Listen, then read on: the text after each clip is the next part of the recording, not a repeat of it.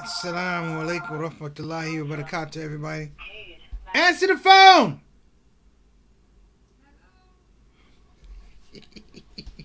Live on location from Mary's Kitchen, brothers and sisters. I'm Preacher Moss. I'm the host of the SOS, the Shout Out Show. I'm so happy that you could join us. Appreciate you. You know, Sunday Potluck is always a fun time for me. And if you're having a good Sunday, cool. If you're not having a good Sunday, you know what? Work on it. Because you don't want to be trying to work out your Sunday on Monday. A little science there, a little philosophy.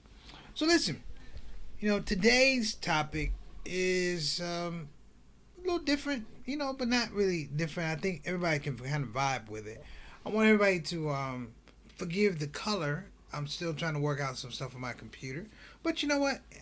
I figured that at some point in time this will kick in. This is computer technology and things like that. SOS not showing. Says video unavailable.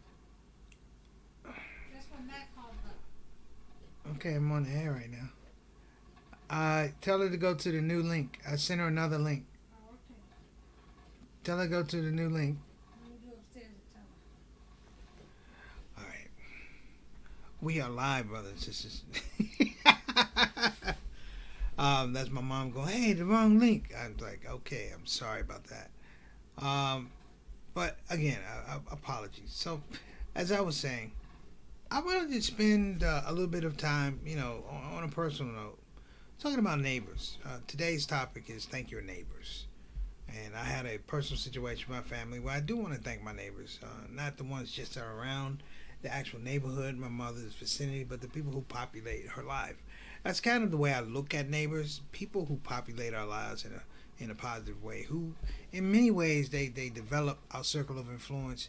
They are the people who help build our community in terms of how we grow, our community in terms of how we treat one another, service to one another, and ultimately, love. So, before I do that, I want to take time to welcome people to the Shout Out Show. If it's your first time coming to the Shout Out Show, guess what? We appreciate you. That's number one. Number two is you're a part of the Shout Out Show family. So don't sit there like we don't know you, like we don't see you. Get in the comment section and tell us what you're about. Tell us how you're living. That's the way. That's how we build. That's how we build conversation is one in one regard, but it's also how we build community. One of the things I guess I've always said, and I reiterate, is that we really, really, really want to build community on the Shout Out Show. So it's not just me, the host, regurgitating a whole lot of ideas. It's not that. It is all of us having some type of input, having some type of, I want to say, philosophical understanding about things we like, things we don't like, and somewhere along the line, it becomes a helping atmosphere. Like I said, community. So I want to give a shout out to our host, not our host, I'm sorry. I want to give a shout out to one of our sponsors because I think she has the wrong link. Unfortunately, brothers and sisters, let me apologize. I sent out a link earlier. However, when I did it for the wrong time. So some people are clicking on the link and it says the video is no longer available. So I had to send out another link. I had to set up a new studio. Things happen. So I have a lot of stuff going on. So, not that makes it right. I'm just telling you what goes on. I'm taking accountability for it. So, let me get to one of my favorite parts of the show, and that is the shout out stars. The shout out stars in the building, if you will. All right. So, let's start out with Sister Ree, who her and her family is successfully back from Michigan. Alhamdulillah. You're back. You're safe. Ree, we hope you're feeling well. Sometimes those road trips can be rough, so we're hoping that you're feeling well. I want to give a shout out again to Sister Sultana, who's working the back. Sister Sultana has been working the back faithfully, and hopefully, I've got to talk to her about having her own show because she's got a lot of charisma, a lot of character, and I think she'd do great having her own platform. I don't want to leave this one, but having her own platform and in the spirit of creativity, you want people to grow. You literally want people to grow. So, Ree, I have something that I shot recently. I'm going to send it to you because I just want you to pull some ideas from it. Because, Sister Ree is she's our craft services, but she's the show dietitian, excellent cook. So, I put something together just for you. I want you to check it out. Our ambassador our Canadian ambassador to the Shout Out Show, Brother Altaf Rashid, wa alaikum assalam, rahmatullah barakatuh, and Ramadan Mubarak. This is my main man, 50 Grand. He's here every day, brothers and sisters, like clockwork. You know how they say Muslims are never on time? That's a fallacy. Muslims are on time, at least on the Shout Out Show. So I appreciate you. Big ups, Altaf. Next up, we have Sister Aika. Sister Aika is holding it down in Indonesia, not Jakarta, but Depok, where she lives, trying to take care of things. Making iftar dinners. And let's make dua for Sister Aika because she's trying to launch her own business, if you will, catering business, starting during Ramadan, and hopefully, she'll get some heat, some fire, and some clients, and she can carry it on. Because that's the stuff we like. That's the things we like to hear about. All right.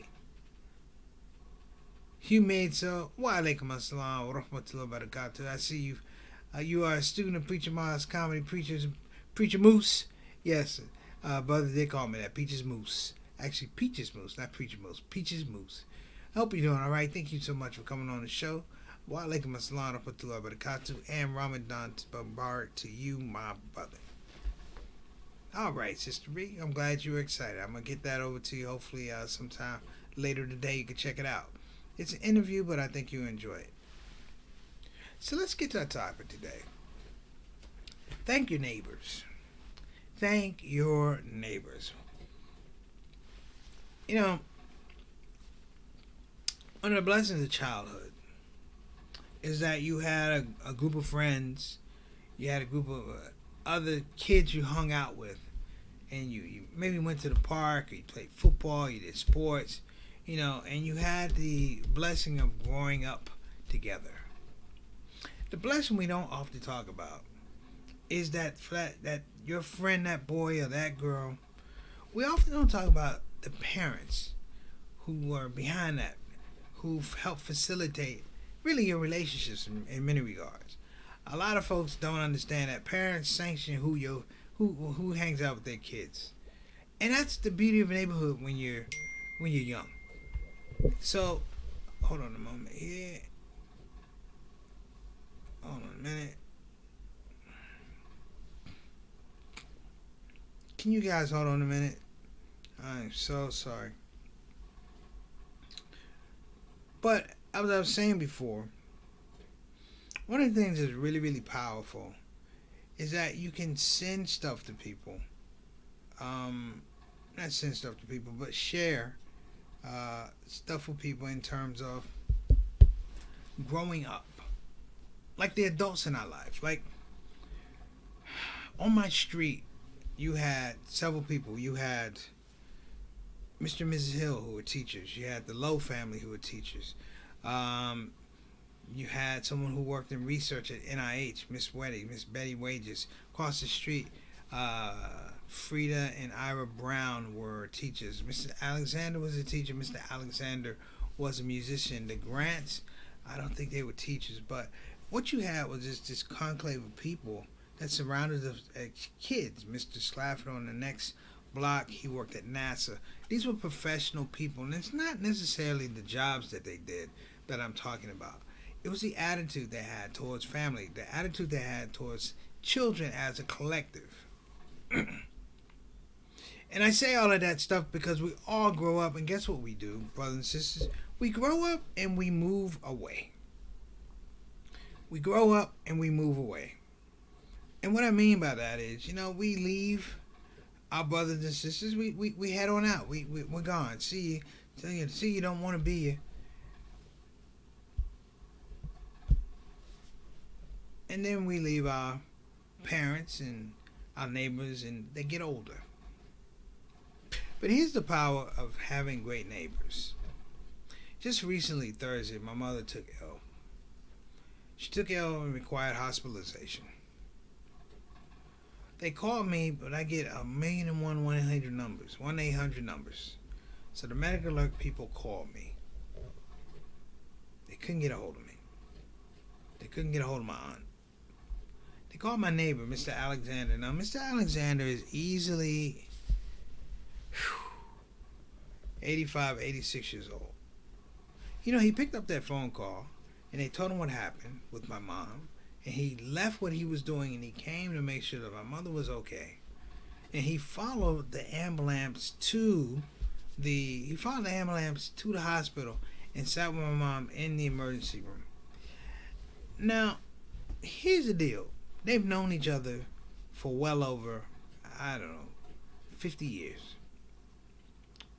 But the core identity is that they are neighbors and that they've grown together, just like I talk about us as kids when we were younger. We grew up together. The Terrence Browns, the Robin Grants, the Leon Alexanders, the Tina Grant, the Rick Sclafford, the Billy Smiths, the Juan Lowe, the Damon Lowe. We all grew up together. But we had the unique experience of having this really, really strong community that's based on the quality and characteristics of great neighbors. And that's not the first time.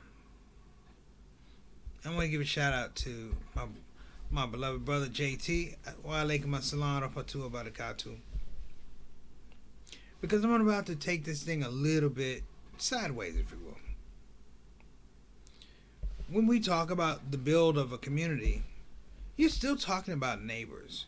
They may not live next to you, they may not live across the street from you, but they occupy a space in your communal identity. Because even when you leave a neighborhood, you take people with you. When I'm home and I see Miss Grant and I see Mr. Grant, who are well into their 80s, the thing that's really, really good is that we get to celebrate. And for them, I'm always going to be the little guy. I'm always going to be the little guy. And I don't mind being the little guy. Because in their hearts, that's where they hold a space for you.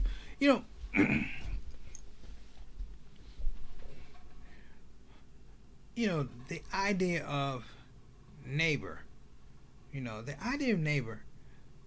have you ever looked up the quotient of your neighbor in biblical text? It could be in the Bible, it could be in the Quran. But the idea of neighbor has such a heightened awareness. When I say like a heightened awareness, like your neighbor is a constituent. And the way it's spelled out like in Quran and in the Bible, your neighbor has rights on you. Your neighbor is a servant unto you and you are a servant unto your neighbor. And I think sometimes we miss that. Oh, thank you so much, Brother Muhammad. Great hadith. He is not a believer. Yes. He's not a believer who eats his fill while his neighbor beside him goes hungry. And that's what it is. And it's taken me some time to figure this out. But you know what it is when you have good neighbors, brothers and sisters? It gives that community balance.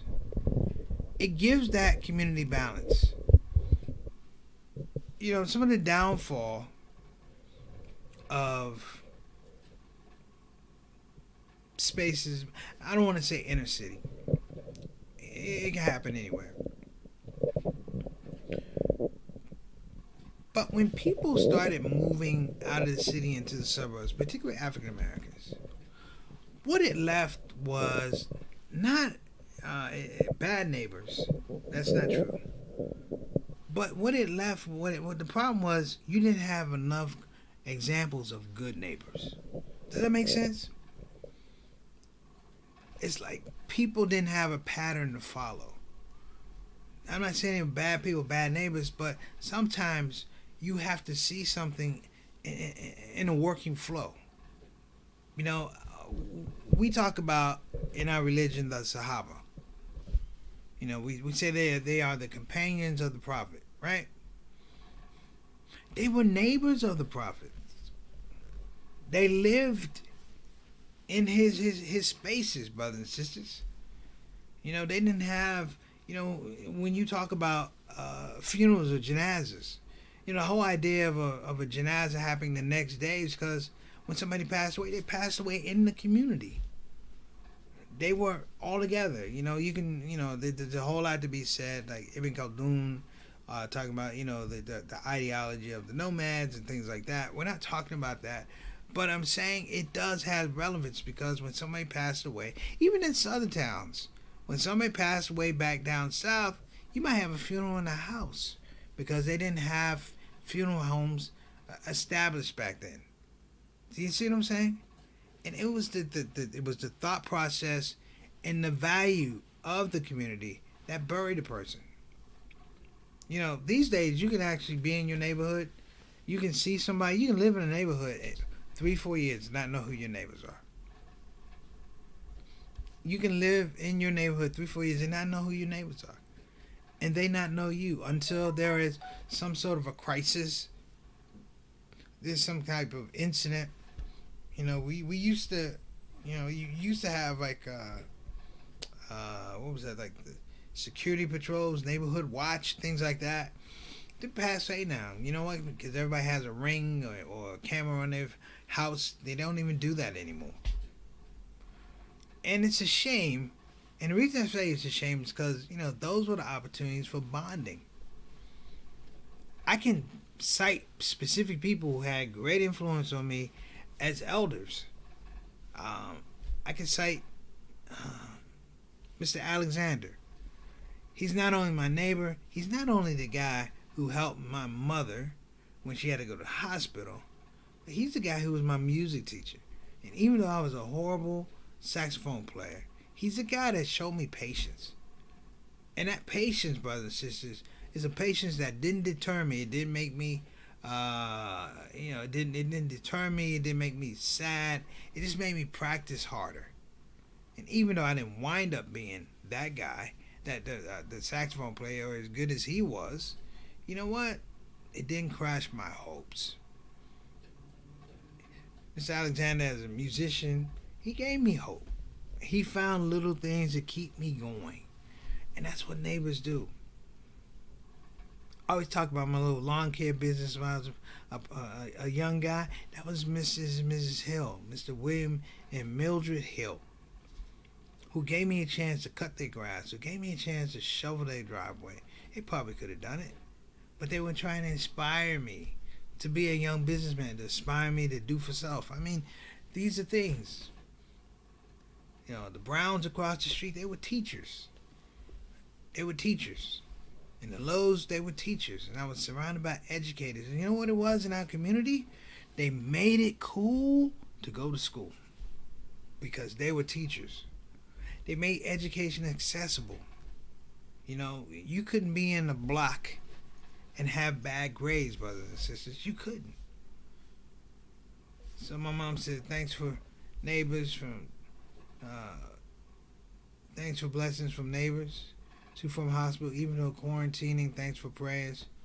Great to have you home. Yeah. Because that's what it is. Now think about this. My neighbors was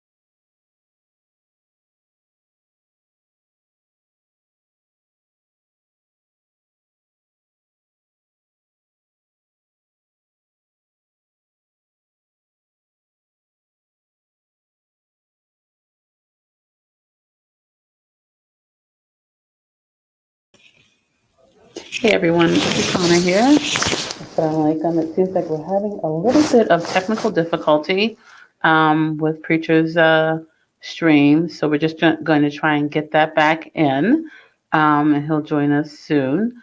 But just say Assalamu alaikum, peace be unto you, Ramadan Mubarak to everyone, and Mama Mary Moss, just glad to have you back.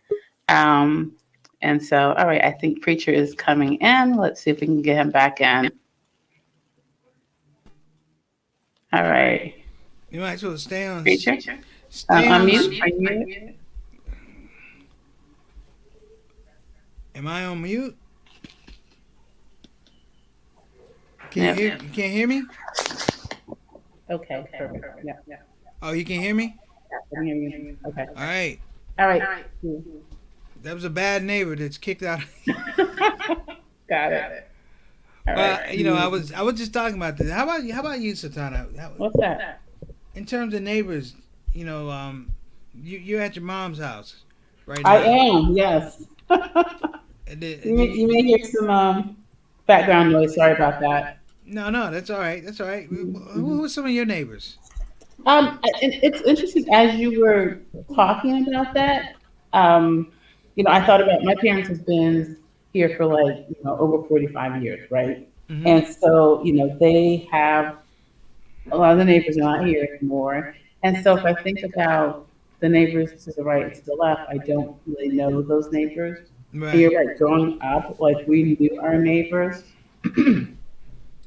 And yeah, if my parents have 8 children, right? So it's like if if we got into something, we knew that they were coming to our parents. So we were good, right?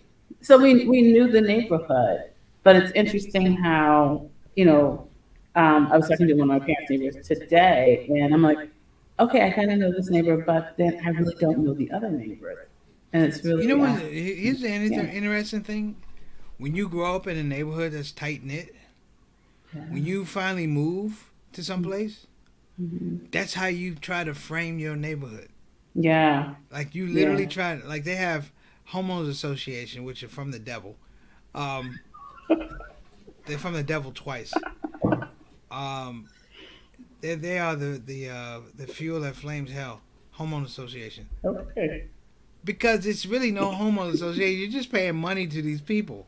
Yeah, I And it has literally nothing to do with building community. I think that's the most. Why you even call it a homeowners association? Some people are renting. Hold on a minute. Answer the phone. All right, so hmm I can't even joke. Uh, my aunt can't get on the broadcast, Oh, okay. All right, all right. so I don't know what's going on.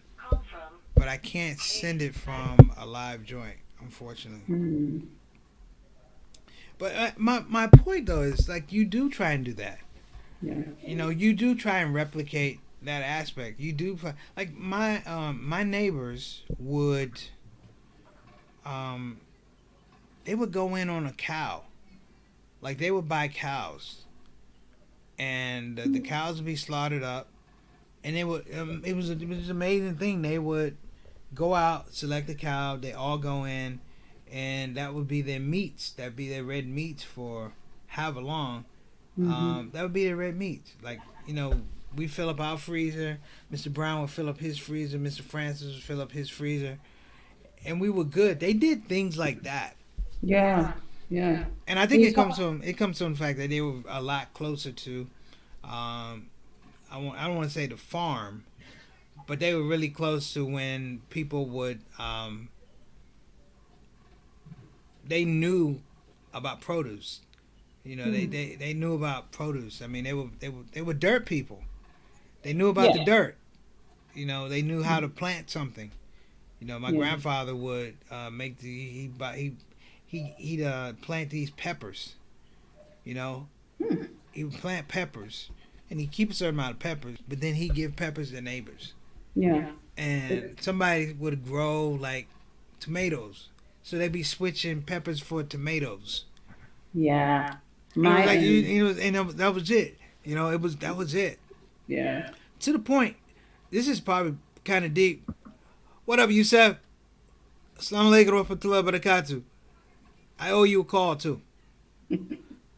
It was to the point where if a parent couldn't get through to their child, they would send you to another adult. Yeah. Like Yeah. if you're out of order and your parents got tired of talking, they would send you to another adult, and it Mhm. would work. Yeah. It would Yeah. work. It was that fear factor was real back then. Yeah, well, you didn't. Yeah. You would work. Sometimes you work better with a neighbor because it wasn't the pressure that they were going to judge you like your parents. Right. But I mean, these days, it doesn't happen a lot. And I should say it doesn't happen enough because you're still looking at what's the peer piece, Yeah. but it's interesting, graduations. Remember, everybody used to graduate together. Yes. Yes. It was more even like a we had like block parties for like everyone, so everyone would jump. We knew that everyone on the block would be graduating, so you would go from house to house and kind of get to Fourth of see July would move around. for sure. Like the Browns had a pool, Yeah. so the 4th of July would be over here. Yeah. Labor Day would be over at the Pollard's house. They had a pool. Yeah. Um, So let's hear from everyone else about neighbors. I know uh, Ree said that she loved her neighbors. And then how has the neighborhood that you lived in as you were younger versus now, how has that changed? I don't know anybody. I don't really know anybody in my neighborhood, and that most of the kids grew up and they moved away, but their parents are still here. Yes. So in some regards, you become the younger adult to the older parents. You're an adult, they're an adult, but they're an older adult, and so you play a little bit of a proxy. You know, you play a little bit of a proxy. Like whenever you talk to an older adult, like older neighbor, they're talking through you like they're talking to about their son or their daughter. Right. And so you're like the proxy son or daughter. Um, going to go see about somebody. That's a very neighborly thing. Like let me go check on the neighbor, or let me make sure they're all right. Let me lay eyes on you. Things like that, Yeah. which is to Brother Muhammad's point. Brother Muhammad Kismani, who gave us a beautiful hadith. It is that thing. That is exactly what he talked about. It's not enough for me to hear that you're okay. I have to go find out that you're okay. Like you'll never know if somebody's not hungry, doesn't have food, unless you go to their house. You look at their cupboards, you hear their stomach growl.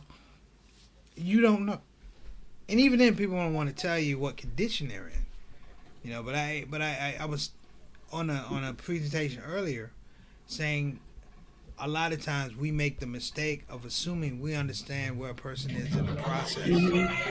And the beautiful thing about neighbors is, the neighbor process is always evolving. Yeah.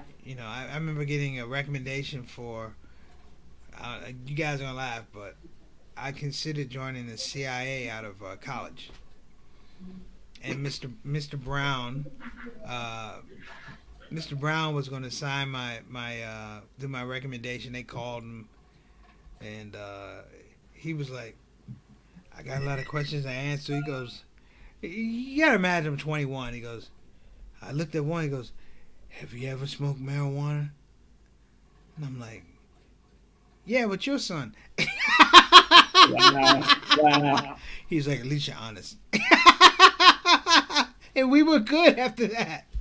I was like, yeah, Mr. Brown, with Terrence. Yeah, I did. But, that to the side. And I think It's a consideration. Like, they've long since left the neighborhood, moved to the, but you know what? They still are in touch with my mom. They're still in touch with my mom. And that grows the whole idea of neighbors. Your neighbors somehow transcend from being your neighbors to really being your family. They are really your family. for sure. And I think culturally, even neighbors different in other countries as well. Yeah. I mean, I've been to countries where, yeah, the dynamic of the neighborhood is, it's almost like they have a shura.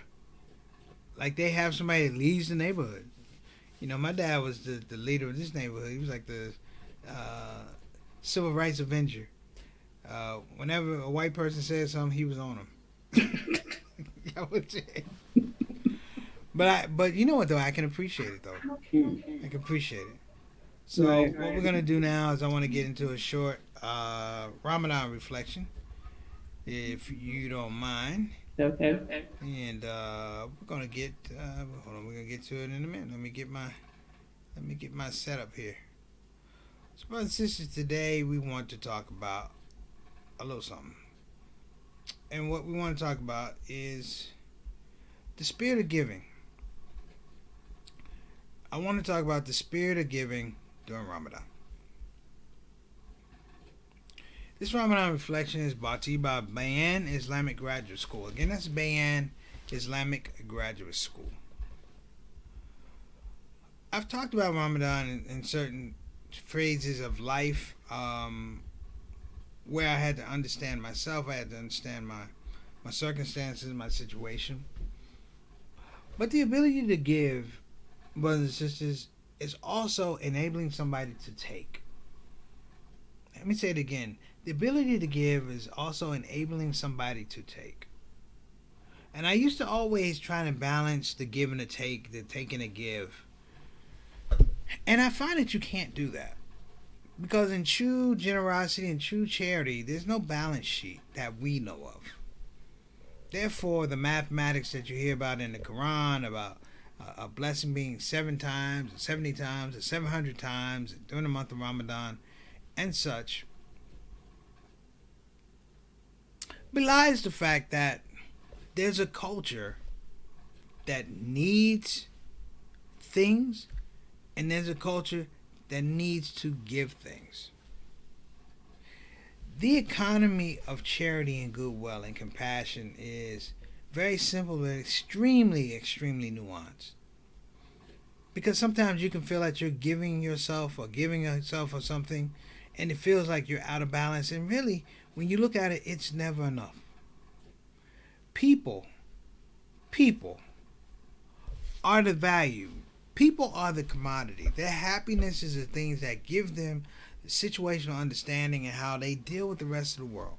I said earlier today, sometimes when I go on stage, I can tell what kind of show I'm going to have because I can look at the faces of the people in the audience who wanted to be there at the show, who was dragged to the show, who's worried about making money off the show, who's worried about making fundraisers off the show, and you would see all of these personalities.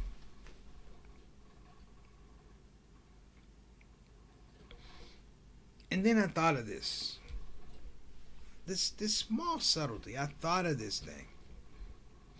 And I thought about, you know what? How beautiful is it to be aware? Let's say awoke. That someone would need something in our space and that we be not only able to give it to them, but we be in tune to the need. In the way that a mother never has to have a conversation with a baby about breast milk. They have a relationship whereby they know. There's no scientific explanation for it. They know. Much the same as you can look at a person that you may have been married for a bunch of years and you can finish each other's sentences. That's not being around each other. That's generosity. Because you're waiting to finish each other's sentences because there's so much joy. There's so much understanding that we could be patient in having a conversation. It doesn't even have to be a regular conversation. And in this month during Ramadan, enjoy the fact and engage the fact that you're able to give. I don't just mean in zakat, but you're able to give time. You're able to give attention. You're able to give credence. You're able to give empathy. You're able to give the best of yourself. Some people overlook that. Some people overlook it. At times, I've overlooked it. I'm keeping it 100% real. But the beauty is, you can always do it another time. You can actually be great. And I'm going to say this, and I'm going to get out of here. Don't wait. Don't delay showing how merciful Allah subhanahu wa ta'ala is. Let me say that again. Don't delay showing how merciful Allah subhanahu wa ta'ala is. When I say delay it, I mean giving. He gives to you so that you can give to other folks. He gives to you so that you can help other people, uplift people. So the giving is not a signature of you. The signature is of Allah subhanahu wa ta'ala. That He gives us all of these things. Without reason, without logic, we pray, things happen. There are times, I was saying to my friend Omar, I said, times I get blessings and I feel guilty because I know of so many other people who are way worthier than me that they should get the blessing. And then I had to stop. I'm going, wait a minute. It happened for a reason. So if it's in your heart to give, brothers and sisters, whether it's a charity, whether it's a school, whatever it is, don't delay. Don't delay in showing how God is so great, how God is so merciful, because God is working through you. Allah works through you. So don't delay. So when you give, don't give for your glory, give for His glory. When you share, don't share for the fact that people see you. Share for the fact that you want them to understand you are moving out of the way to let them know where this comes from. Where this comes from. Because we're giving things without merit, brothers and sisters. We don't know why we have things. We're fortunate, we're blessed, we're thankful, but a lot of times we don't know how the stars line up for us and we're able to have these blessings. We don't know. And here's a tip. If you don't know, be happy you don't know. Because if you knew, you probably wouldn't get any blessings at all. So, that's my Ramadan reflection. I appreciate you, beloved. Thank you, Brother Muhammad, coming on the show. Don't delay showing people how great Allah is. All right, that's my show. Sister Satana, go ahead and take us out. I'm going to shout out our sponsors. I'm going to give a shout out to BeFinanciallyIndependent.com. Again, that's BeFinanciallyIndependent.com. You can call 1-800-679-3175. Again, that's 1-800-679-3175. Okay? And talk to the person on the line. That's going to be Attorney Maxine BK, who is telling people about financial literacy and advising people on how you make your money work for you. Give a shout out also to Bayan Islamic Graduate School. If you're looking for Islamic studies, some of the best Islamic studies happen at Bayan Islamic Graduate School. They are a standalone institution. They've been turning out graduates of high quality and high leadership. I mean, I'm graduating. I'm not trying to say I'm high quality, high leadership. I'm just telling you I'm graduating. But here's the thing you should know. It took me 3 years to get my master's.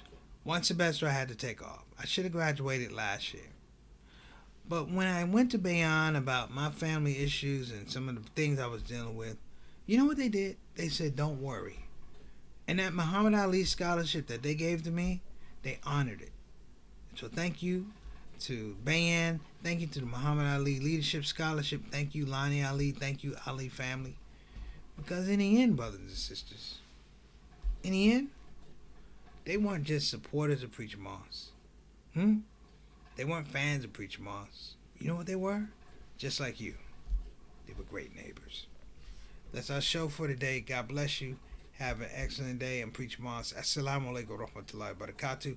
Ramadan Mubarak. And inshallah, I will see you tomorrow. Take care now.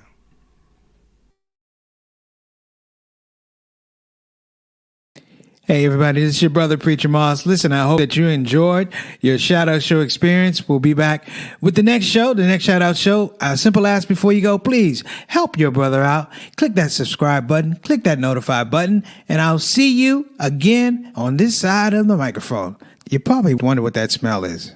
That's me. I smell good. And the reason I smell good is because I use oils from Tarif Attar. So I'm not saying you can't smell good. I'm not even saying you stink. I'm saying you have the opportunity to smell exquisite. Check out tarifattar.com for some of the best oils and scents in town.